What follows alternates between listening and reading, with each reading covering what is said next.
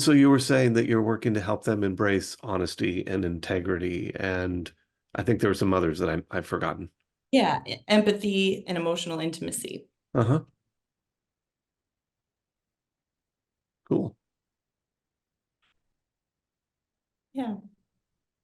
Yeah, I've got a group right now. There's 22 guys across the US, and it's a support group called Getting Dire Straight. And these guys, you wouldn't believe the sensitive material that they are hungry for.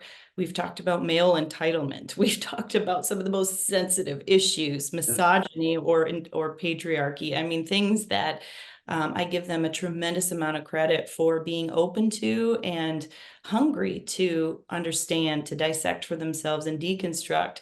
Um, these guys are stuck. That's where I find most of the men who come to me. They have been through the big disclosures and interventions. They've been to a lot of treatment programs. And what is not working for their wife is that the newfound integrity and trustworthiness that they may have been walking in now for 2, 3 years is not translating to the partner.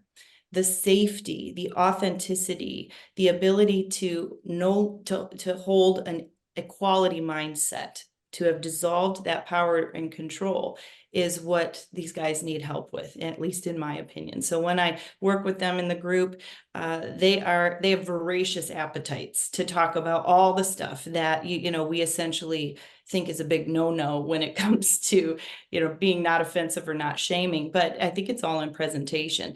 At the end of the day, these concepts make sense to them and they can own them because it makes sense.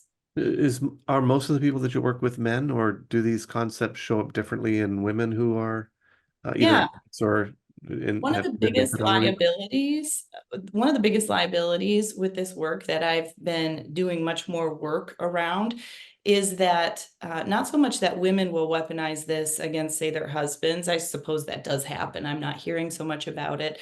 And it's not so much that men can't metabolize this information and try it on for size, even if they don't like the word violence. I've heard that too. And people are allowed to accept what makes sense to them. But the part that's most tricky here is when people, particularly women who have had infidelity issues, but are also entrapped in coercive control, meaning that their partner, they're usually married to, say, a man who has, constructed a matrix of coercive control, and if she's violating fidelity, then he will weaponize this against her as a method to continue demoralizing and diminishing her. So that's the most common piece. Now, I am addressing that in the work I'm writing right now because I think that's the one area where this can get really pulled out of context. Because the truth is that a person who's in a one down position, already subdued and subjugated, yeah, they might be doing all three pieces of betrayal, violence, conduct. But in order to hold power and control, you have to actually have access to power and control. You have to have your agency intact. You have to have the ability to abuse another person.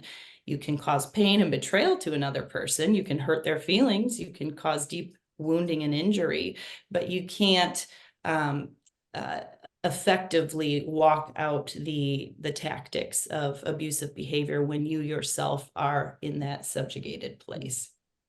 Hope, tell us a bit about what you said you were doing some writing. And I know you've got the magazine. Is there, in addition to the magazine? Yeah, I'm working to, essentially address this for clinicians. I want them to be able to find this accessible and at least peruse it, if it interests them, that they can have access to definitions and terminology that might hopefully make things more cohesive, in this giant mental health realm. We have, all these different sects, and all of us are in community together. We've all trained to understand compulsive or addictive sexual behavior, but that's not all that's going on in the big world. Not everyone is a sex addict, or identifies as such. And so that treatment approach can't be all that we have. It's a good and solid one, but we also have, more of a sex positive kind of sector, where maybe we're not addressing some of the compulsive aspects that some people do have. We have more religious frameworks that are addressing infidelity, but there's no like one meeting place. There's no hub for us to say, but what is at the crux of this conduct. And so I really do think that the glaring issue has been missed, and for millennia. Infidelity is nothing new, right? I mean, this has been going on forever. It's driving so many couples to therapy. And I think as therapists, we are so prone to our own biases, our own treatment modalities, our own approaches, and we can offer from that place. But it would be silly to think that that will universally apply to every infidelity case that we experience.